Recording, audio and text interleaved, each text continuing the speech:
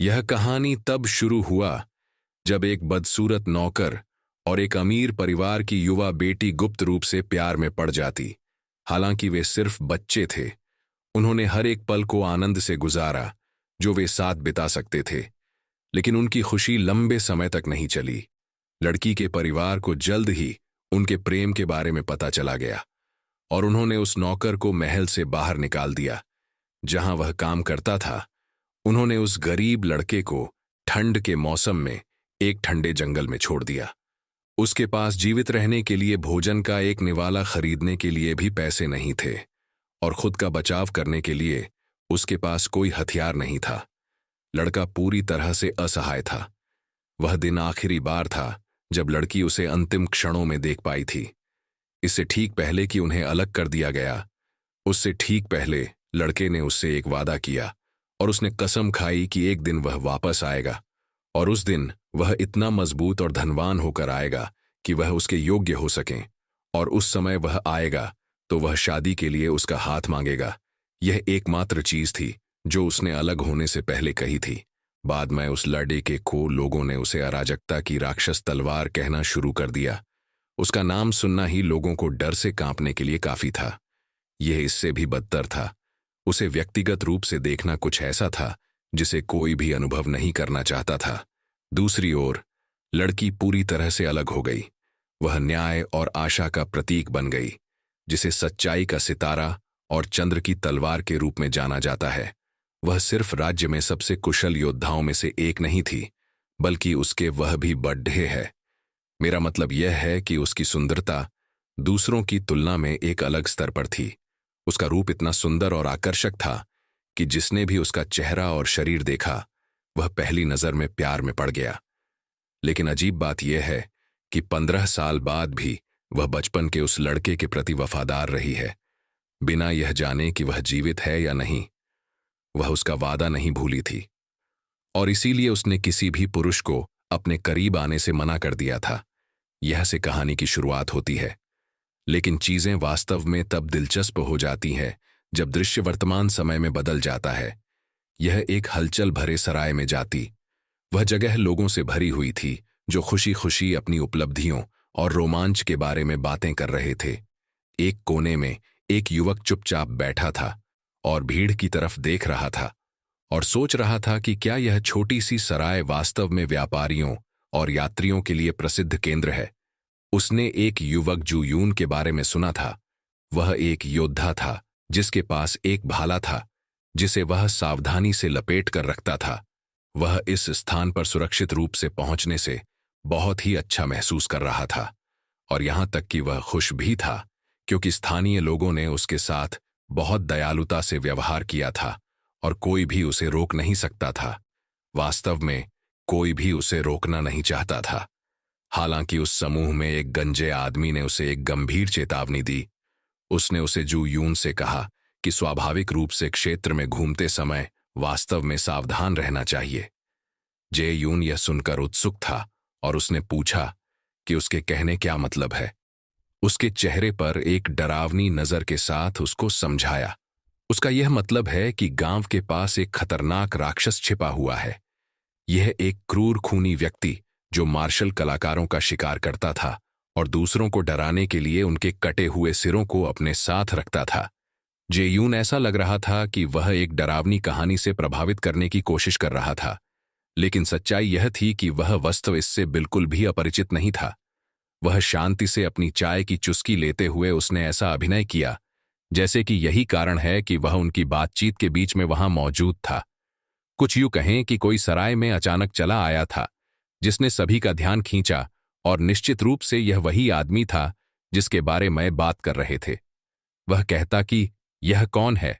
बाकी लोग डरे हुए थे और केवल आपस में फुसफुसाते हुए सोचने लगे कि क्या यह वास्तव में वह ही राक्षस था।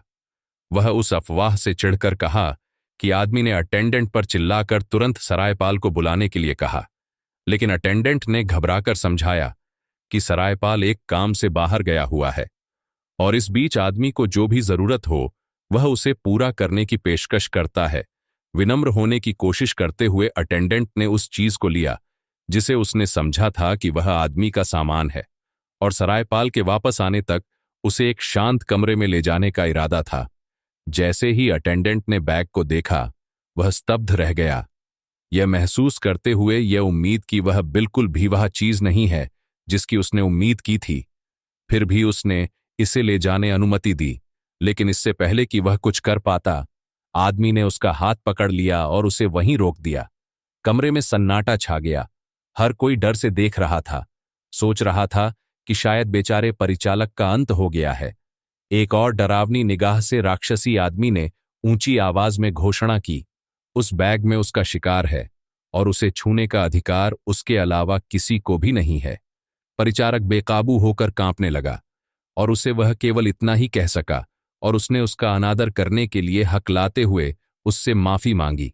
इस परेशान करने वाले दृश्य को देखकर डर में फुसफुसाहट पैदा कर दी, और लोग फुसफुसाहट करने लगे थे कि वह आदमी उतना ही क्रूर है जितना कि अफवाहों में दावा किया गया था। लेकिन इससे पहले कि वह कुछ कर पाता, कि बैग अचानक हिलने लगा और इस शोर ने तुरंत आदमियों का ध्यान अपनी ओर खींचा लिया। उसने अपने थैले ओर देखा और उसने उसे कष्ट सहने देने के लिए उससे माफी मांगी, और वह अपना काम पूरा करेगा जो उसने शुरू किया था।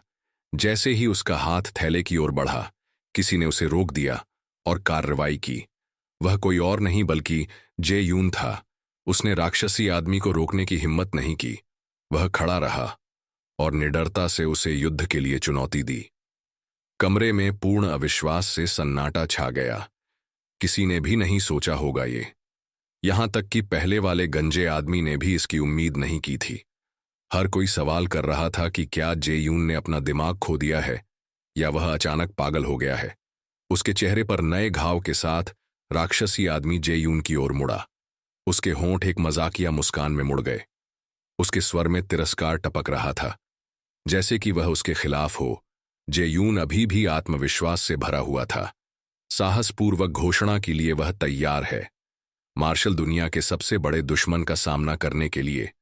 वह इतनी जोर से हंसा कि हंसी माइल्स तक गूंज उठी, और फिर एक मुस्कुराहट के साथ उसने कुछ ऐसा कहा जिससे उसने जे यून का ध्यान अपनी ओर खींचा लिया। बाद में उस आदमी ने पूछा कि जे यून क्यों मानता है कि वह मार्शल दुनिया का तथाकथित सबसे बड़ा दुश्मन था, लेकिन जे यून के जवाब देने से पहले ही आदमी ने इसे टाल दिया, जैसे कि वह पहले से ही जवाब जानता हो। एक गहरी सांस छोड़ते हुए आदमी ने समझाना शुरू किया कि केवल जे यून ही नहीं बल्कि बाकी सभी ने उसके बारे में सब कुछ गलत समझा था। हालांकि उसके वाक्य पूरे होने से पहले ही जे यून ने उसे बीच में रोक दिया और उसका मजाक उड़ाया हुए यह स्पष्ट किया था कि जे यून का मानना था कि वह आदमी लड़ाई से बचने के लिए बस बहाने बनाने की कोशिश कर रहा है। एक जोर की आवाज के साथ जे यून ने एक बार फिर से अपने भाले को जमीन पर पटक दिया और घोषणा की, वह उसे खोजने और उससे लड़ने के लिए केवल ही वह इतनी दूर आया था। उसने यह स्पष्ट कर दिया कि कोई बहाना स्वीकार नहीं किया जाएगा। उसने मुझे यह कहा कि बताओ कि तुम भागने की योजना तो नहीं बना रहे हो ना। इससे पहले कि जू यून अपने प्रतिद्वंद्वी से जवाब पा सके, उसके चारों ओर की भीड़ ने उस पर चिल्लाना शुरू कर दिया और पूछा कि क्या वह पूरी तरह से पागल हो गया है। उन सभी ने यह स्पष्ट कर दिया कि जो उसके सामने खड़ा वह राक्षस उस तरह का आदमी नहीं था जो कभी लड़ाई से पीछे हटेगा। उसके जैसा कोई भी व्यक्ति सिर्फ जे यून का सामना करने से बचने के लिए भाग नहीं सकता था। हर किसी की नजरों में यह बुरा और निर्दयी आदमी है जिसने इस बात की परवाह नहीं की है उसका प्रतिद्वंद्वी दुष्ट है। वह अच्छा काम हो या बुरा काम हो, वह जीतने के लिए कुछ भी करने को तैयार है। उसके पास जेयान जैसे बच्चे से लड़ने से बचने का कोई कारण नहीं है। भीड़ ने बेवकूफ दिखने वाले उस लड़के को चेतावनी दी और उसको उसकी बातों को व्यक्त करने से रोकने की कोशिश की, और व्यावहारिक रूप से उससे पुनर्विचार करने की भीख मांग रहे थे, क्योंकि वे आश्वस्त थे कि जुआन सीधे मौत के मुंह में जा रहा है, यह जानते हुए भी कि इस आदमी से लड़ना आत्महत्या के समान था। लेकिन जान वह पीछे हटने को तैयार नहीं था। उसने शपथ ली थी कि कोई भी चुनौती हो या कोई डर उसके संकल्प को हिला नहीं सकता था। वह इस दुनिया में सबसे महान बनना चाहता है, और वह ऐसा करने के लिए उसे अच्छी तरह से वह जानता है कि उसे उस क्रूर राक्षसी को हारना होगा। वह आदमी हमारा नायक को देख रहा था। वह नौकर जो अभी तक जीवित है। वह अजीब बातता है कि वह लड़ाई के लिए बिल्कुल भी तैयारी नहीं है, लेकिन वास्तव में वह कुछ समय खरीदना चाहता था ताकि वह इस द्वंद्व युद्ध से भागने का तरीका खोजने की कोशिश कर रहा था। हमारे लड़के का नाम युल है और वह केवल अपना शिकार बेचने के लिए यहां आया था। वह यह कुछ भी करने के लिए नहीं, बल्कि वह शिकार जो वह यहां लड़ीडीएचने के लिए नहीं आया था, बल्कि उसके पास तो सिर्फ एक छोटा सूअर था जिसको वह बड़ी मुश्किल से शिकार करने में कामयाब रहा था। वह किसी मार्शल कलाकार का सिर या कुछ भी प्रभावशाली चीज नहीं लाया था जैसा कि अफवाहों ने उसके बताया था। वह सोच रहा था कि इस गलतफहमी को कैसे स्पष्ट किया जाए। वह इसका मौका ढूंढ रहा है, लेकिन उसको वह मौका नहीं मिला। न केवल एक असाधारण खलनायक रूप में, बल्कि मार्शल दुनिया के सबसे बड़े दुश्मन करार कर दिया गया था। यूएल यह जानता था कि वह अपनी आंतरिक शक्ति का उपयोग भी नहीं कर सकता है। एक योद्धा के लिए यह सबसे बुरी बात जो उस युग में हो सकती है, उस जिद्दी आदमी के साथ द्वंद्व युद्ध में मरने से बचें। ले वह सोचता कि वह किस तरह से जे यूं उस पर पागलों की तरह टूट पड़ा था, क्योंकि यूल ने दयालुता से अटेंडेंट को उसके गंदे बैग को छूने से रोक दिया था, जिससे उसे एहसास हुआ कि उसकी स्थिति कितनी गंभीर थी। यूएल वास्तव में इतनी आसानी से मरना नहीं चाहता था, विशेष रूप से उससे कुछ अच्छे दिखने वाले लड़के के साथ द्वंद्व युद्ध में वह नहीं मरना चाहता था। लड़के के पास भी सपने थे और उसे कुछ वादे भी निभाने थे जो उसे पूरा होने से पहले मरने नहीं दे सकते थे। उसके भाग्य की बात करें तो वह एक अजीब समय था। उसको समझना मुश्किल है, क्योंकि उसी समय लड़की यूं ही सोच रही थी और वह गलती से उसी गांव में प्रवेश कर गई थी जिसमें वह शोरगुल और उपद्रव हो रहा था। जे यान अराजकता की राक्षस तलवार को बाहर आने के लिए चिल्लाकर कहां कर रहा था। जल्दी ही उसका ध्यान आकर्षित हुआ, क्योंकि उसने भी उस तथाकथित अराजकता की राक्षस तलवार के बारे में सुना था। वह सभी अफवाहें सुन अराजकता की दानव तलवार के बारे में जानती थी। वह उसके आकर्षक लाल आंखें जो उसके गुलाबी और चांदी के बालों से पूरी तरह मेल खाती थीं, और निश्चित रूप से उसकी छाती के विशाल आकार ने जे यून के दिल को धड़कने से रोक दिया था, जिससे वह शर्मसार हो गया, ठीक वैसे ही जैसे उनके आसपास के सभी लोग हो गए थे। इससे पहले कि वह कुछ कह पाता, उसके पीछे से दूसरे आदमी की आवाज उस पर टूट गई। उस आदमी ने उसे पहचान लिया और चिल्लाया कि वह लूनर तलवार है, पूर्व महानतम मार्शल कलाकार एसाइहा की प्रत्यक्ष शिष्य। जे यून मदद नहीं कर सका, लेकिन वह सोचने लगा कि वह भी उसके जैसे मार्शल दुनिया के सबसे बड़े दुश्मन को खत्म करने के लिए आई है। अराजकता की दानव तलवार ने उसके साथ खुद के लिए भी एक नाम बनाने का यह मौका नहीं छोड़ देना चाहता था। वह दृढ़ निश्चय किया। उसने साहसपूर्वक घोषणा की। वह उसके साथ मिलकर काम करना चाहता था, यह कहते हुए कि यह एक सम्मान की बात होगी यदि वह योल को मारने में उसकी मदद करने के लिए सहमत हो जाए। अराजकता की प्रसिद्ध दानव तलवार सेवा को आखिरकार एहसास हुआ कि बहादुरी और राक्षस तलवार को चुनौती देने के इरादे, जिससे उसे ऐसा महसूस हुआ कि उसे उसके साथ एक बच्चा बनाने के लिए चुना गया है। क्योंकि सिल्वा धीरे धीरे शुरू हुई। आगे चलते हुए जू यूं को लगा कि वह सपना देख रहा है। अब वह कुछ बड़ा सोचना शुरू कर दिया। उसने फिर से सुझाव दिया कि वे साथ मिलकर यूएल से लड़ें, और उसके बाद वे एक मजबूत साझेदारी बना सकते हैं और एक साथ दुनिया की यात्रा कर सकते हैं। इस बीच सराय के अंदर सब कुछ यूएल के लिए थोड़ा अव्यवस्थित सा लग रहा था। वह अभी भी पूरी तरह से द्वंद्व से बचने का तरीका खोजने की कोशिश कर रहा था। पूरी तरह से वह बाहर जाने का रास्ता खोज रहा था। वह यह सोचना बंद नहीं कर सका कि सबसे अच्छा समाधान अधिकारियों को स्थिति की रिपोर्ट करना था, क्योंकि द्वंद्व कानून द्वारा सख्ती से बंद कर दिया था। जैसे ही उसने एक सामान्य नागरिक के रूप में अपनी जिम्मेदारी के रूप में रिपोर्ट करने का संकल्प लिया, लकड़ी की दीवार अचानक टूट गई। तलवार से कई बार कट गई। इससे पहले कि कोई नाटकीय ढंग से प्रवेश करता, बेचारा लड़का कांपते हुए एक कोने में कूद गया, क्योंकि उसने कवर लेने की कोशिश की थी और निश्चित रूप से यह जूं था। उसे देखकर योल पूरी तरह से डर गया और चिल्ला उठा। उसे यकीन हो रहा था कि उसका जीवन खत्म होने वाला है। इससे पहले कि उसे शादी करने का मौका मिले, वह पीछे की ओर रिंगन शुरू कर दिया था। यूएल ने हैरान होकर बहाने बनाना शुरू कर दिया, बड़बड़ाहट करने लगा और उसे अचानक बंद कर दिया। बाद में जो कमरे में प्रवेश करती है और कहती है कि आखिरकार मैंने तुम्हें पा लिया है। यूई पूरी तरह से अवाक रह गया था, या तो अपने जीवन के प्यार को देखने से या यह महसूस करने से कि वह वही लड़की ही थी जिसने उस नाटकीय रूप से प्रवेश किया था। यहां तक कि उसे पहचाने बिना भी 1 सेकंड में सब कुछ स्पष्ट हो गया कि यह जुयून नहीं था, बल्कि वह लड़की थी जो दीवार और अंदर के दरवाजे को तोड़ने के लिए गरीब लड़के के बेहोश शरीर का उपयोग कर रही थी, केवल यह साबित करने के लिए कि क्या होता है जब कोई लूनर तलवार के अनमोल और लंबे समय से खोए हुए प्रेमी का अनादर करता है, क्योंकि उसने जून के पस्त और बेहोश शरीर को जमीन पर फेंक दिया। सेवा ने अपना ध्यान योल की ओर मोड़ा और उसकी ओर चलना शुरू कर दिया। उसने गर्व से घोषणा की कि वही महाद्वीप की सबसे मजबूत मार्शल कलाकारों में से एक बन गई है और अब उन दोनों के लिए सबसे अच्छा जीवन जीना शुरू करने के लिए पर्याप्त से अधिक पैसा है। और निश्चित रूप से उसने जिस धन का उल्लेख किया वह उसका ही था जो कि उसने खुद कमाया था, न कि अपने परिवार से विरासत में मिला था। वह उस लड़के को देखने के लिए करीब आई जिससे वह प्यार करती थी, जिसे हर कोई अराजकता की शैतान की तलवार कहता था।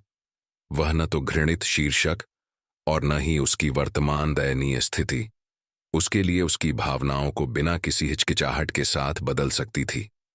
सेवा उसकी आंखों में देखा और उससे साहसपूर्वक विवाह करने के लिए कहा, यह कहते हुए कि अब कोई भी चीज या कोई भी व्यक्ति नहीं है जो उसको शादी को रोक सकता है। इसके विपरीत जो बाहर के लोगों ने कल्पना की थी कि 2 सुपरनोवा के विस्फोटक टकराव की तरह होगा, सबसे महान नायक चंद्र तलवार और सबसे खूंखार खलनायक शैतान तलवार। लड़के के आराम कक्ष के अंदर सब कुछ आश्चर्यजनक रूप से शांत था। लड़का थोड़ा अनजान होने के कारण वास्तव में ऐसा ही को नहीं पहचान पाया। वह यहां तक कि वादा याद दिलाने के बाद भी वह उसे चुपचाप देखता रहा। फिर अचानक उसके पीछे एक दरवाजे की ओर इशारा किया और कहा कि तुम अराजकता की राक्षसी तलवार की तलाश कर रहे हो। वह अभी कमरे से बाहर चला गया, लेकिन तुमने खुद महसूस किया कि उसके चेहरे पर हर जगह वांटेड पोस्टर लगे हुए थे, कि उसकी यह बेकार की चाल काम नहीं करने वाली थी, क्योंकि उसे उससे कोई जवाब नहीं मिला था। उसने सोचा कि यह मौका लेना और भाग जाना सबसे अच्छा होगा, लेकिन उसने उसका हाथ धीरे से उसके गाल पर रख दिया। इस इशारे ने उसे वह तरीका याद दिला दिया जिस तरह से वह अपना स्नेह प्रकट करता था। भावना का हाथ भले ही वह मार्गदर्शन करने वाली थी, उसे देखकर वह शर्मा गई जैसे वह पहले करती थी। तभी उसने धीरे से उससे अपना नाम फिर से पुकारने के लिए कहा। अंततः अनजान और भुलक्कड़ आदमी को एहसास होने लगा कि वह किससे कह रही है। क्या आप महिलाशील हैं? अचानक उनके गुप्त प्रेम की सुखद यादें याद आती हैं। वह उसके पास आ गईं, जैसे कोई सालों पहले वह अमीर हाथों में बेचा गया था। अकाल के दौरान एक गुलाम के रूप में परिवार की उसने कभी भी उम्मीद नहीं की थी। वह एक अकेली थी जो उसके साथ दयालुता से व्यवहार किया था। वह अकेले परिवार की सबसे छोटी बेटी से इस तरह प्यार किया जाएगा। उसे अचानक एहसास हुआ कि वह उन दिनों को वह कितना याद करता है। वह आखिरी चीज थी जो उसे वास्तविकता में वापस आने से पहले याद थी। बाद में खुद को उसी लड़की के पास बैठा हुआ पाया जिसे वह गुप्त रूप से प्यार करता था। लेकिन अब एक निजी कमरे में जब उसने उसे चुपचाप उसको देखा तो उसने महसूस किया कि वह सिर्फ एक अच्छी तरह से विकसित महिला नहीं बन गई थी, बल्कि वह पहले से कहीं ज्यादा सुंदर हो गई थी, किसी से भी ज्यादा जिसे उसने कभी जाना और देखा था। लेकिन यह जानते हुए भी कि वह अब कौन थी, उसे इतने करीब बैठने में असहज सा महसूस हो रहा था। चुप्पी तब टूटी जब उसने अचानक से पूछा कि वह चाय क्यों नहीं पी रहा है। चौंका लड़का अजीब तरह से उसे धन्यवाद दिया और कहा कि वह इसे तुरंत पी लेगा। अधिक विनम्र होने की कोशिश कर रहा है। उसने अपने वाक्य के अंत में मेरी महिला को जोड़ा। तुरंत से के चेहरे पर भाव गहरा हो गया। उसने उसे फिर से एक अजनबी लड़के ने इसे आजमाने का फैसला किया और एक कदम आगे बढ़ा। वह शर्मा गया और उसकी आंखों में देखने में शर्मिंदा हुआ। उसने धीरे से सील का नाम लिया और उससे कहा कि वह उसे फिर से देखकर खुश है। यह सरल वाक्य उसके चेहरे को रोशन करने के लिए पर्याप्त था। उसे उस हंसमुख लड़की में बदल दिया जिसे वह याद करता था। उसने मुस्कुराते हुए जवाब दिया कि वह उसे फिर से देखकर और भी खुश थी। उसका सुंदर चेहरा और जिस तरह से उसने प्रतिक्रिया की, उसने लड़के के लिए अपने भटकते विचारों को नियंत्रित करना शुरू कर दिया। वह खुद को विचलित करना और अपनी जंगली कल्पना को शांत करना लगभग असंभव बना गया था। यूं ने जल्दी से सील की तलवार की ओर इशारा किया और पूछा कि क्या वह वास्तव में एक मार्शल कलाकार बन गई है। हालांकि उसने पहले कई बार कहा था, उसने गर्व से दोहराया कि उसने अविश्वसनीय रूप से कड़ी मेहनत की है और वह सबसे महान मार्शल कलाकारों में से एक बन गई है। और उसने कहा कि वह सारी मेहनत उसके लिए थी जिसे वह प्यार करती थी। यूं ने स्पष्ट रूप से ऐसा अभिनय नहीं किया जैसे कि उसने अपना वादा याद रखा था, लेकिन पिछली बार जब वे मिले थे तब की उसकी छवि यह चिल्ला रही थी कि वह किसी दिन उससे शादी करने के योग्य, मजबूत और धनवान बन गया। दूसरी ओर सील ने मान लिया कि वह भी उसकी तरह उस वादे को कभी नहीं भूला था, और उसकी अति प्रतिक्रिया यह देखने के कारण थी कि उसे भी यह याद था। फिर लड़की ने बताया कि कैसे वह अराजकता की राक्षस तलवार के बारे में अफवाहों को सुनने के बाद उसे खोजने में कामयाब रही। उसके प्रसिद्ध शीर्षक को सुनकर लड़के को झटका लगा, यह जानकर कि शायद उसके पास इस बारे में सवाल करने और उसे चिढ़ाने की योजना थी। लेकिन सील ने इसे सीधे नहीं उठाया। इसके बजाय वह अराजकता की राक्षस तलवार से जुड़ी अफवाहों के बारे में बात करने लगी, जैसे कि मिल महिलाओं को परेशान करना और भोजन के लिए भुगतान न करना। जिस तरह से वे कहानियां पूरी तरह से यूं के व्यवहार से मेल खाती थीं। जब वह गुलाम था तो उसे एहसास हुआ कि जिस भयभीत व्यक्ति के बारे में हर कोई बात करता था, वह वही लड़का था जिसे वह एक बार प्यार करती थी। सील ने यूं के गंदे हाथ को पकड़ लिया और दृढ़ता से घोषित किया कि उसे इस बात की परवाह नहीं है कि दुनिया उसके बारे में क्या सोचती है। उसके लिए यह मायने नहीं रखता। शादीशुदा था, लेकिन वह इसे पूरी तरह से टालने के लिए बहाने भी बना रहा था। उसने जल्दी ही एक बहाना ढूंढ लिया जो उसे बता रहा था कि उनकी शादी के रास्ते में कुछ बड़ा है। एक बहुत बड़ा कर्ज उसे बांध रहा था और पहली बार वह पूरी तरह झूठ नहीं बोल रहा था। यूएल ने अतीत में मार्शल आर्ट सीखने और मजबूत बनने के लिए अनगिनत बार कोशिश की थी, लेकिन वह जिस भी मास्टर के पास गया, उसने अंततः उसकी दयनीय और कमजोर क्षमता को देखकर उसे बाहर निकाल दिया। उसे प्रशिक्षित करने से इनकार करते हुए उसकी मेहनत की कमाई को अपने पास रख लिया। उन दिनों में से एक दिन जब वह सबसे निचले स्तर पर पहुंच गया तो वह हताश और निराश हो गया। कोई कहीं से प्रकट हुआ और उसे पैसे की पेशकश की, लेकिन बदले में यूएल को उस व्यक्ति के लिए कुछ करने के लिए सहमत होना पड़ा जो वास्तव में सच्चाई का हिस्सा था। पूरी तरह से नहीं, लेकिन अब दृश्य इटर्नल ब्यूरो गिल्ड में आपको पैसे की पेशकश करके बचाया।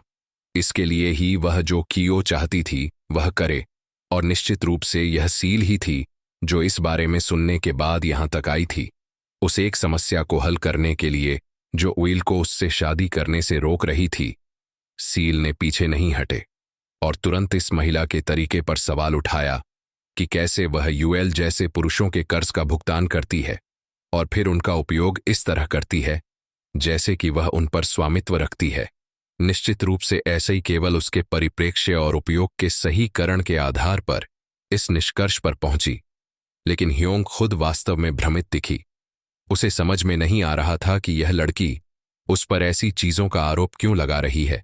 सच्चाई यह थी कि ह्योंग यूल के लिए यह एक शुगरम मम्मी की तरह थी। वह उसे हर तरह से आर्थिक रूप से समर्थन दे रही थी जिसकी उसे जरूरत थी, केवल अपने भयभीत शीर्षक का उपयोग करने के बदले में। और अब यू को अपने एकमात्र समर्थक को इस अजीब गड़बड़ी में खींचने का पछतावा होने लगा था, जैसा कि उसने एक योद्धा या किसी ऐसे व्यक्ति से वादा किया था जो उसके स्तर का था। बाद में गंभीर संकट में पड़ने के बारे में सोचने लगा था जब वे वह थे। सच्चाई का खुलासा करने के बाद भी पीटे जाने और पूछताछ किए जाने के डर और इसके बारे में कुछ भी न कर पाने से लड़का घबरा गया और इससे बचने का यह तरीका ढूंढने लगा। और घबराहट में उसने लापरवाही से हांग क्यूंग को अपनी गड़बड़ी के बीच में खींचने का फैसला किया, क्योंकि वह एकमात्र थी जिस पर वह भरोसा कर सकता था। तभी महिला ने युई के उस बेवकूफ दिखने वाले चेहरे की ओर देखा जो उसको चुपके से हमेशा की तरह उसकी मदद करने की विनती कर रहा था।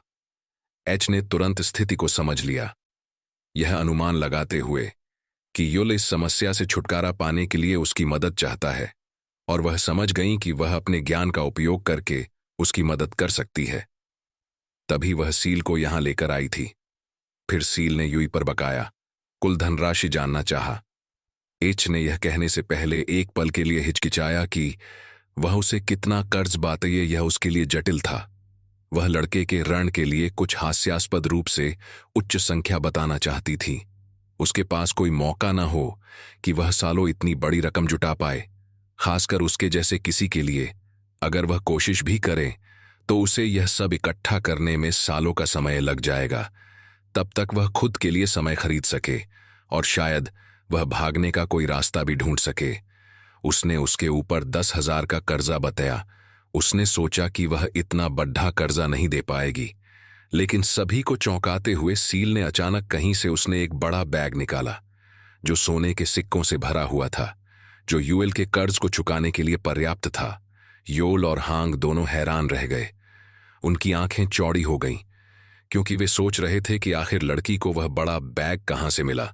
इसलिए अचानक यू की पूरी योजना पूरी तरह से ध्वस्त हो गई, और उसकी निराश उसके चेहरे दिखाई दी, जो सील द्वारा अनदेखी नहीं रही। हालांकि लडच के मान लिया कि वह शर्मिंदगी महसूस कर रही होंगी, क्योंकि वह उसके जैसे किसी व्यक्ति का कर्ज चुका रही है। उसकी प्रतिक्रिया को देखकर परेशान या निराश होने के बजाय ऐसे ही ने उसे दिलासा देने की कोशिश की। उसने उसे धीरे से आश्वस्त करते हुए कहा कि उसका धन भी उसी का है, क्योंकि शादी के बाद वे साथ ही रहने वाले हैं। यह बात लड़के को सीधे तीर की तरह, यह बात उसके दिल पर लगी। यह बात उसे गहरा घाव दिया और उसे अपने पुराने फैसले पर पुनर्विचार करने के लिए मजबूर कर दिया। दूसरी ओर हैंक क्यूंग अभी भी स्तब्ध थी, क्योंकि वह अपनी सोच से ज्यादा सोने के सिक्कों के ढेर को देख रही थी।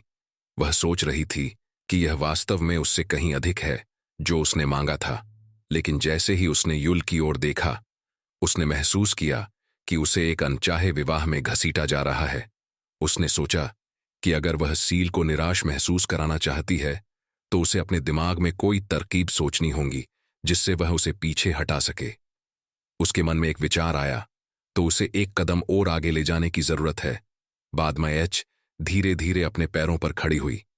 उसकी आंखों में एक शरारती चमक आ गई थी और वह अचानक चिल्लाई, और कहाँ की? रुको! सील और यूहल बस जाने ही वाले थे, लेकिन एचके की आवाज सुनकर सील वापस लौट आई। उसे उम्मीद थी कि वह और अधिक पैसों की मांग करेगी, हालांकि यह पैसे के बारे में बिल्कुल नहीं था। एच युल की ओर बढ़ा और बिना किसी चेतावनी के उसने युल को अपनी बाहों में कसकर लपेट लिया। ऐसा लग रहा था जैसे कि या तो वह नाटक कर रही थी या शायद वह उनके वास्तविक रिश्ते की सच्चाई का खुलासा कर रही थी, और असली कारण यही था कि वह उसके रहने खर्चों का भुगतान कर रही थी। यहां तक कि युल खुद भी एच के इस साहसिक कदम से हैरान था। यह देख सील की आंखें सदमे से सफेद हो गईं और निश्चित रूप से अविश्वास से चौड़ी हो गईं। केवल इस दृश्य को देखने से पहले उसने उसे एक पल के लिए अनदेखा कर दिया, और वह एच युल के कान की तरफ झुकी और फुसफुसाया, घबराओ मत, मैं तुम्हारे लिए इस लड़की को संभाल लूंगी। लेकिन चीजें उस तरह नहीं हुई जैसी उसने उम्मीद की थी। सील इस मामले को इतनी आसानी से जाने नहीं देने का फैसला किया। उसकी यह प्रतिक्रिया अचानक और तेज हो गई। फिर पहले तो उसके हाथ में चमकती तलवार दिखाई दी, और फिर उसका पूरा शरीर पर जंगल में कड़कती बिजली की तरह ढक गया। उसने हैंक क्योंग को घूर कर देखा। उसकी आवाज तीखी और जानलेवा थी, और उसने मांग की वह उससे दूर रहे या फिर भयानक परिणाम भुगताने के लिए तैयार रहे। जैसे ही उसने ने आगे चलना शुरू किया, हांग को अपने निर्णय पर पछतावा करना शुरू कर दिया, यह सोचकर कि यह बात इस बार हाथ से बहुत आगे निकल गई है। दूसरी ओर यूल सोल को शांत होने के लिए वह विनती कर रहा था और कहा कि यह सब सिर्फ एक गलत फहमी है, और वह जो सोच रही थी कि यह कोई गलत फहमी नहीं है। हालांकि उन दोनों की बातों को नजरअंदाज कर दिया, और वह फिर भी वह उनके करीब आ रही थी और वह मांग कर रही थी कि उन्हें अभी एक दूसरे से अलग रहना चाहिए। यह बात उसकी आंखों ने स्पष्ट कर दी कि वह मजाक नहीं कर रही है और वास्तव में उन दोनों को मार सकती थी। घबराहट में उसे समझाने और उससे अपनी जान बचाने की कोशिश में कहा, शांत रहो सोल, तुम मेरे लिए वास्तव में महत्वपूर्ण हो। यह एक वाक्य ने जादू की तरह काम किया, जैसे आग पर पानी डाल दिया हो। इसने उस उग्र लड़की को रुकने पर मजबूर कर दिया और धीरे धीरे अपने सामान्य स्वभाव में शांत हो गई। यह देखकर यूं को राहत की लहर महसूस हुई, यह जानकर कि वे अब सुरक्षित हैं। हालांकि वह कुछ शांत हो गई थी, लेकिन सियोल का दिल टूट गया था। बाद में यूएल सियोल को समझाने कोशिश कर रहा था कि उन दोनों के बीच कुछ भी नहीं है, लेकिन उसने उसे नजरअंदाज कर दिया और चलती रही। यूएल उसकी भावनाओं को ठेस नहीं पहुंचाना चाहता था, लेकिन एच इस बात पर बहुत खुश लग रही थी, क्योंकि उसके विचार से सब कुछ पूरी तरह से ठीक हो गया। यह सुनकर वह हैरान होकर उसकी ओर मुड़ा। उसने सोचा था कि वह इन सब से वह खुश होगा, लेकिन इसके बजाय वह दुखी था। उसका ऐसा कोई इरादा नहीं था। हैंग अपनी सीट पर वापस लौटी और एक गिल्ड लीडर और मर्चेंट के रूप में अपने अनुभवों को उसके साथ साझा करना शुरू कर दिया। उसने बताया कि यह वास्तव में सबसे शांतिपूर्ण समाधान तो नहीं था, लेकिन यह निश्चित रूप से अनचाही शादी को रोकने का सबसे प्रभावी तरीका था। केवल यही कारण था कि तुम सबसे पहले यहां आए थे। उस बात को याद दिलाए जाने पर खुश महसूस करने के बजाय वह अपराध बोध से भर गया। कुछ मिनट बाद वह अपनी सिटी में वापस आ गया है। आसपास के लोग डरे हुए थे, वो भी हमरेयुल की भयानक आकृति की वजह से। वही हमरायुल अपनी दुखी भावनाओं के साथ। उसे अतीत की बातें याद आती हैं, जब वह सिर्फ एक मामूली नौकर था। तब सियोल ही थी जिसने उसके साथ बहुत ही अधिक दयालुता से व्यवहार किया था। उसे एक साधारण लड़के के रूप में नहीं देखा था, लेकिन वह उसके प्यार के योग्य नहीं था। यूएल उसकी मदद भी नहीं कर सका, लेकिन वह सब कुछ करने के बाद भी वह उनके बीच की दूरी को कम नहीं कर सका। वह उसके के साथ गर्व से खड़े होने के लिए उसने अपने सभी प्रयास किए, लेकिन कभी कुछ नहीं बदला था। उसकी दयालुता और उसका प्यार उसको हमेशा से उसको पहुंच से बाहर लगता था। लड़के ने अपना मन बना लिया था कि उसे जितनी जल्दी हो सके सियोल को ढूंढना है और उसे वह सब कुछ सच बताना था जो उसे जानने की जरूरत है। कुछ ही दूरी पर एक आदमी अपनी पत्नी को बता रहा था कि उसने अभी अभी एक महिला को सफेद बालों के साथ, पूरी तरह से सफेद कपड़े पहने, पहाड़ों के बीच से भागते हुए देखा था, जैसे उसने कोई भूत को देख लिया हो, और वह सीधे चट्टान के किनारे की ओर जा रही थी। यह सुनकर यूएल को तुरंत एहसास हुआ कि यह सियोल है। उसकी वजह से अपनी जिंदगी का अंत करने जा रही है। वह आदमी जिस महिला से वह बात कर रहा था, वह अचानक डर में कांपने लगी, लेकिन इसका कारण उसकी भयानक कहानी से नहीं था। यह अराजकता की राक्षसी तलवार के देखने के कारण था। युल ने धीरे धीरे उसके पति को पूछा कि उसने उस महिला को कहाँ देखा था। कुछ मिनट बाद युल उस स्थान पर था जिसका वर्णन उस आदमी ने किया था।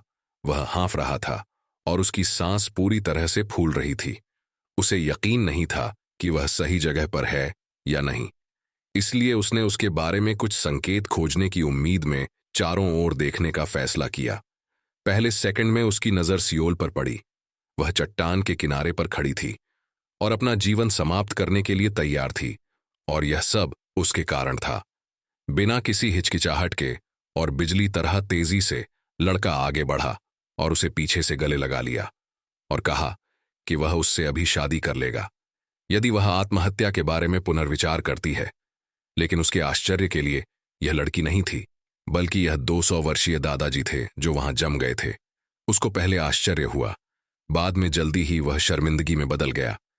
बाद में उसे अफसोस हुआ कि उसने बिना उसका चेहरा जांचे कुछ नहीं क्या कर दिया था। उसे पहले ही देख लेना चाहिए था कि वह सियोल है या नहीं। उसे यूं लापरवाही से आगे बढ़ने से उसे बहुत अजीब सा महसूस हो रहा था। बाद में उसने जल्दी से उसे जाने दिया, दूर मुड़ा और बहुत माफी मांगते हुए बताया कि उसने बूढ़े व्यक्ति को कोई और समझा लिया था, लेकिन दादाजी उसे इतनी आसानी से छोड़ने वाले नहीं थे। जैसे ही वह जाने की कोशिश करता है तो बूढ़े व्यक्ति ने उसके पीछे चिल्लाते हुए पूछा कि क्या आप वास्तव में ऐसे ही गैर जिम्मेदाराना तरीके से चले जा रहा है। यूं की आंखें आश्चर्य में चौड़ी हो गईं। उसे यह महसूस हुआ कि दादाजी उसके बारे में बात कर रहे हैं। उसे ऐसा लग रहा था यह दादाजी जैसी उसके बारे में सब कुछ जानते हो और वह यूहोल उसके रिश्ते के बारे में सलाह दे रहे हो।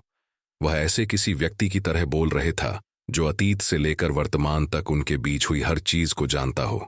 बूढ़ा आदमी फिर चिल्लाया, क्या तुमको पता है कि उस बच्चे की आंखों में क्या दिखाई दे रहा है जब वह तुम्हें देख रहा था? बूढ़े व्यक्ति ने अपनी आवाज जारी रखी, जो अधिकार, क्रोध, निराशा, उदासी जो भी हो के साथ गूंज रही थी। क्या आपकी हिम्मत नहीं है कि आप उसके जैसे किसी की भावनाओं को कम आंकें सकें? यूएल को एहसास हुआ कि बूढ़ा आदमी उससे बात नहीं कर रहा था, बल्कि एक पागल आदमी की तरह उसके पीछे के पेड़ से बात कर रहा था। तभी उस आदमी का पोता अपने दादा को डांटते हुए भागता हुआ आया और पूछने लगा कि वह उसे बताए बिना फिर से यहां क्यों आए हैं। यू का जबड़ा खुला रह गया। वह पूरी तरह से अवाक था, क्योंकि उस क्षण में कुछ भी समझ में नहीं आ रहा था। उसे बूढ़े आदमी का भाषण ऐसा लगा जैसे यह उसके लिए था, लेकिन ऐसा बिल्कुल नहीं था। जब तक युल अंततः पहाड़ से नीचे लौटा, सूरज डूब रहा था और उसे लगा जैसे उसने अपना समय पूरी तरह से बर्बाद कर दिया है। उसके दिमाग में उसे बूढ़े आदमी की बातें दिमाग में घूम रही थीं, जिससे उसे और भी बुरा लग रहा था। जब वह अंततः घर पहुंचा, उसका सिर नीचे झुका हुआ था। वह अभी भी सोच रहा था कि उसे आगे क्या करना चाहिए।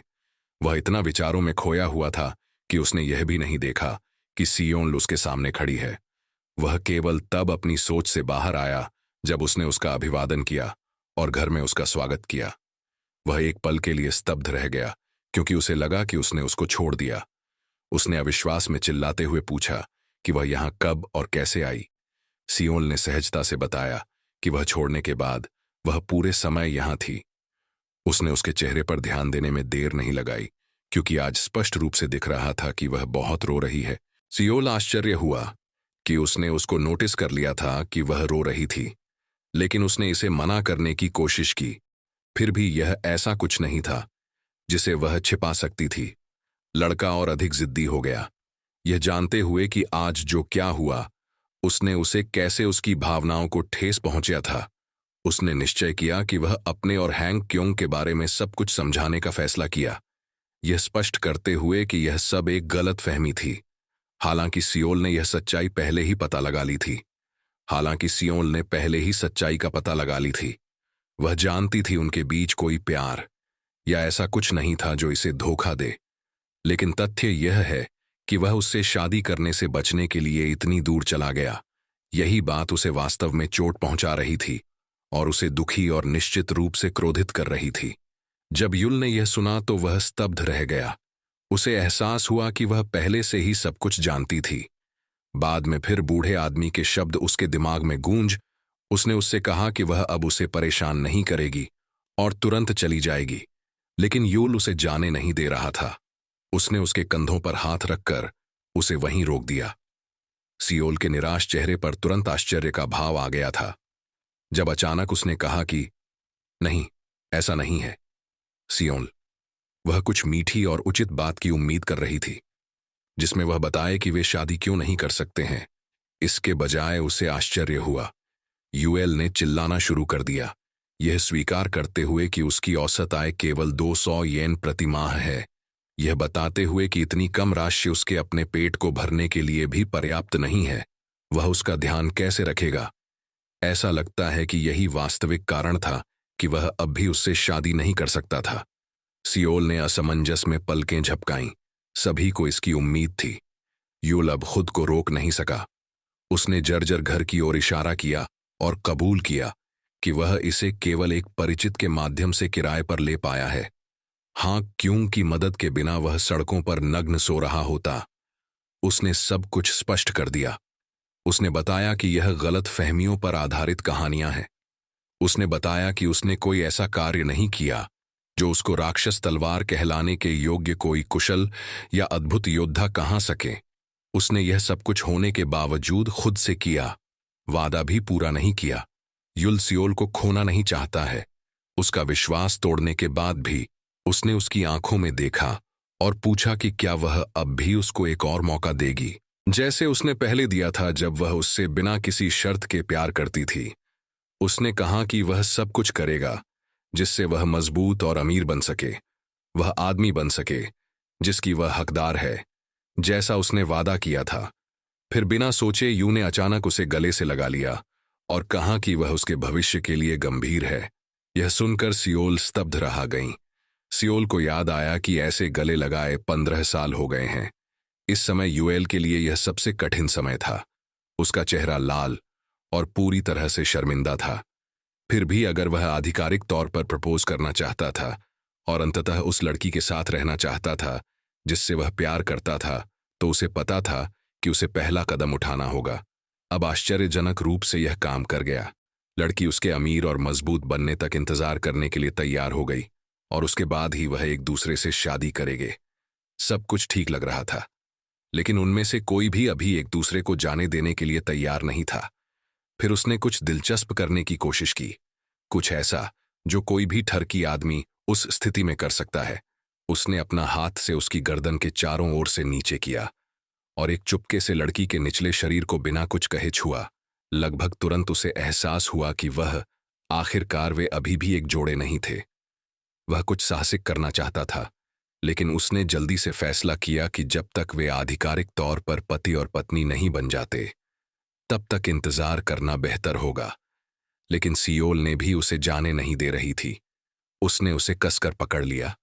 उसकी पकड़ मजबूत थी, लगभग उस पर अधिकार जताते हुए। अचानक उसने यूएल को पीछे की ओर धकेल दिया, जिससे वह लड़खड़ा गया क्योंकि उसका पैर किसी चीज पर फंस गया। उसकी पीठ दीवार से टकराई और इससे पहले कि वह प्रतिक्रिया कर पाता, सियोल असहज रूप से उसके करीब झुक गई। इतनी करीब कि यूएल पहले से ही गुस्से से शर्माते हुए उसे लगा कि वह नियंत्रण खोने वाला है। पूरी तरह से मासूम बनने का नाटक करते हुए उसने सियोल को रोकने की कोशिश की, इससे पहले कि चीजें बहुत आगे बढ़ जाएं। लेकिन सियोल की तब तक पीछे हटने की योजना नहीं बना रही थी। जब तक उसे वह न मिल जाए जो वह चाहती थी। वह घबराए हुए लड़के के आमने सामने होने के लिए काफी करीब आ गई और धीरे से फुसफुसाया कि आइए हमारे भविष्य के बच्चों के सामने हम अपना शादी समारोह करें। और इसके साथ ही उन्होंने एक दूसरे के साथ खिलवाड़ करना शुरू कर दिया, जिसकी किसी को भी उम्मीद होगी। उनकी चंचल चीखें हवा में भर गईं। इस बीच गली में से गुजरते हुए किसी ने उनकी आवाजें सुन लीं। निश्चित रूप से उसे पता नहीं था कि वे वास्तव में क्या कर रहे थे।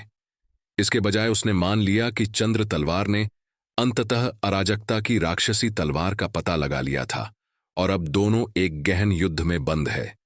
अंततः अफवाहों का रुख इस ओर हुआ कि दानव तलवार ने चंद्र तलवार को मार डाला। यह बात किसी विशिष्ट व्यक्ति तक पहुंच गया। एक गुलाबी बालों वाली लड़की, जो स्पष्ट रूप से इस खबर से बहुत खुश लग रही थी। निश्चित रूप से वह अकेली नहीं थी। वह एक अन्य महिला द्वारा संरक्षित थी, जिसने यह पूछने में संकोच नहीं किया कि क्या वह अब कार्रवाई करने की योजना बना रही है। गुलाबी बालों वाली लड़की ने एक आत्मविश्वास से भरा सिर हिलाया और कहा कि चूंकि दुनिया के सबसे महान सितारों में से एक गिर गया है, इसलिए यह मेरी जिम्मेदारी है कि मैं कदम उठाऊं और सुनिश्चित करूं कि दुनिया मेरा नाम और मेरे गिल्ड का नाम जाने। कुछ दिनों बाद एक शांतिपूर्ण सुबह में ऐसे ही तथाकथित बदसूरत आदमी के साथ एक लंबी और शानदार रात बिताने के बाद जाग गई। वह अपने चेहरे पर एक संतुष्ट मुस्कान के साथ अपने बालों को ठीक कर रही थी। उसी समय वह घर के दरवाजे की ओर देखती रही थी, जहां युल अभी भी सो रहा था। वह यह जानकर बहुत खुश है कि उसे अब अपने बचपन के प्यार की तलाश नहीं करनी पड़ेगी। वह उसके जागने के लिए उत्सुक थी ताकि वे फिर से कुछ कुश्ती तकनीकों का अभ्यास कर सकें। उसके सपनों को एक कमीने बदमाश आदमी ने तोड़ दिया। बेशक इसने सियोल के मूड को एक पल में बदल दिया। आदमी ने उसे नोटिस भी नहीं किया और चिल्लाता रहा कि चलो आज इसे खत्म करते हैं। अराजकता की राक्षस तलवार वह स्पष्ट रूप से तब तक छोड़ने की योजना नहीं बना रहा था जब तक कि वह आपको अच्छी तरह से पीट न दे, यह जानते हुए भी कि आप कौन हैं। अराजकता की कुख्यात राक्षस तलवार आदमी एक पल में पूरी तरह से निडर लग रहा था, क्योंकि उसने कहा, मैं नहीं भूला हूं कि यह कौन सा दिन है। एक तलवार प्रकट हुई और हवा में छेद कर उसे बीच वाक्य में रोक दिया। आश्चर्य की बात नहीं कि यह लेडी सियोल थी। जो अपने प्रेमी को इस मैले दिखने वाले आदमी द्वारा अपमानित होते हुए नहीं देख सकती थी। तलवार को उसके करीब दबाते हुए उसने घूर कर देखा और पूछा कि आज के दिन के बारे में ऐसा क्या महत्वपूर्ण है कि वह आज का दिन भूले नहीं। उसने खुद ही जब देते हुए बताया कि उसका मौत का दिन भयभीत और शब्दों के लिए खोया हुआ आदमी जम गया, लेकिन हिम्मत झूठाते हुए आदमी ने पूछा कि वह कौन है। सियोल ने फुसफुसाया, मैं इस घर की मालकिन हूं। आदमी ने अविश्वास में पलकें झपकाईं और फिर घबराहट में सच बता दिया। वह उस घर का मकान मालिक है, वही घर जिसके बारे में उसने अभी दावा किया था कि वह उसकी मालकिन है। और तभी लेडी सियोल को यह बात समझ में आई कि वह फिर से पूरी तरह से हद से आगे निकल गई है, लेकिन निश्चित रूप से यह उसके व्यक्तित्व का एक हिस्सा है और वह इसके बारे में ज्यादा कुछ नहीं कर सकती है। आदमी ने स्थिति को शांत करने का अवसर भांपते हुए तुरंत स्पष्ट किया कि मैं यहां केवल किराया लेने आया हूं। जब मैंने कहा कि मैं इस दिन को नहीं भूला हूं, तो मेरा बस इतना ही मतलब था, उसे अपनी गलती का एहसास हो जाए। सियोल ने पीछे हटकर अजीब तनाव को शांत होने दिया, जिससे असहज स्थिति समाप्त हो गई और दृश्य घर के रसोई घर में स्थानांतरित हो गया। वहां लेडी सियोल अपने सामान्य स्वभाव में वापस आ गई थी। एक पेशेवर शेफ की तरह दिन के लिए भोजन तैयार कर रही थी। अराजकता की तथाकथित राक्षसी तलवार आखिरकार सभी हंगामे के बाद जाग गया। पूरी तरह से अनजान कि मकान मालिक वहां क्यों था। हालांकि मकान मालिक चीजों को ढीला छोड़ने वाला नहीं था। वह न केवल गुस्से में था, बल्कि उसे कई महीनों तक का किराया भी नहीं दिया गया था, बल्कि अब उसकी तथाकथित पत्नी ने उसे मारने की कोशिश की थी, बिना यह जाने कि वह कौन है। और मामले को बदतर बनाने के लिए यह मकान और सरायपाल का मालिक भी यही था, जिसके इनू और लेडी सियोल ने एक खंडहर इमारत में बदल दिया। इससे वह समझ गया कि आदमी गुस्से में क्यों चिल्ला रहा था। उसने उससे माफी मांगी और जोर देकर कहा कि यह उसकी गलती नहीं थी। हालांकि मकान मालिक ये नहीं मान रहा था और यह स्पष्ट कर दिया था कि माफी से काम नहीं चलने वाला है। उसका गुस्सा स्पष्ट था जब तक उसने एक छायादार आकृति को उसे करीब से नहीं देखा। निश्चित रूप से यह लेडी सियोनल के अलावा कोई नहीं था। वह खड़ी चुपचाप थी। उसके हाथ में एक तेज चाकू था और उसकी आंखें उस पर टिकी हुई थीं, जैसे कोई शिकारी अपने शिकार को देख रहा हो। मकान मालिक को जल्दी ही एहसास हुआ कि उसकी अपनी सुरक्षा के लिए इस स्थिति को अधिक शांति से संभालना बेहतर होगा। कुछ तनावपूर्ण क्षणों के बाद वे सभी बाहर चले गए और एक दूसरे के सामने बैठकर बातचीत करने लगे। उन्होंने अवसर का फायदा उठाया जब उसके आसपास कोई नहीं था। मकान मालिक सावधानी से यूं की ओर झुका और फुसफुसाया कि वह पागल औरत कौन है और खुद को इस घर की मालकिन कहने का उसका क्या मतलब था। पहले तो यूं अचानक पूछे गए सवाल से हैरान रह गया, लेकिन उसने जल्दी से जवाब दे दिया। लेकिन पहले अपने आप को संभाला और आत्मविश्वास से समझाया कि यह वही महिला है जिसका उसने पहले उल्लेख किया था। उसे उसकी बातों पर यकीन नहीं हो कि वह वही लड़की थी जिसने उससे भविष्य में शादी करने का वादा किया था। बदसूरत मकान मालिक को यह कहानी पहले भी सुनने को मिली थी, लेकिन उसने कभी नहीं सोचा था कि यह सच है। उसने हमेशा सोचा कि वह बस उसकी किसी कल्पना या सपने के बारे में बात करता रहता है। भले ही मकान मालिक सियोल और चंद्र तलवार के रूप में उसकी प्रतिष्ठा को जानता था, उसे कभी भी उससे व्यक्तिगत रूप से मिलने का मौका नहीं मिला था। इसलिए जब आपने उसका नाम लिया तो आदमी सदमे में जम गया। उसे इस बात आश्चर्य था कि सियोल हुआ जैसी खूबसूरत महिला किसी इस जैसे बदसूरत हारे हुए व्यक्ति के साथ रहने का फैसला किया। लेकिन जो बात उसे वास्तव में हैरान कर गई वह यह है कि उसने उनके बारे में कुछ परेशान करने वाली अफवाहें फैल गई हैं। विडंबना यह थी कि आप अकेले ही अपने और सियोल की कहानियों से पूरी तरह से अनजान थे।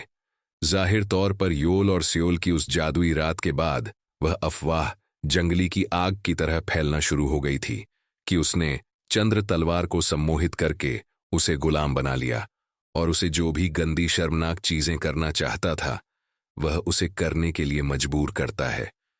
ये पहली बार सुनकर वह घबरा गया। उसने कभी नहीं सोचा था कि लोग उसके बारे में ऐसी अजीब कहानियां बनाएंगे। चलो कहानी को यही समाप्त करते हैं कि अगर अपने वीडियो लाइक नहीं की है तो लाइक कर ले। चोल मिलते हैं नेक्स्ट पार्ट में।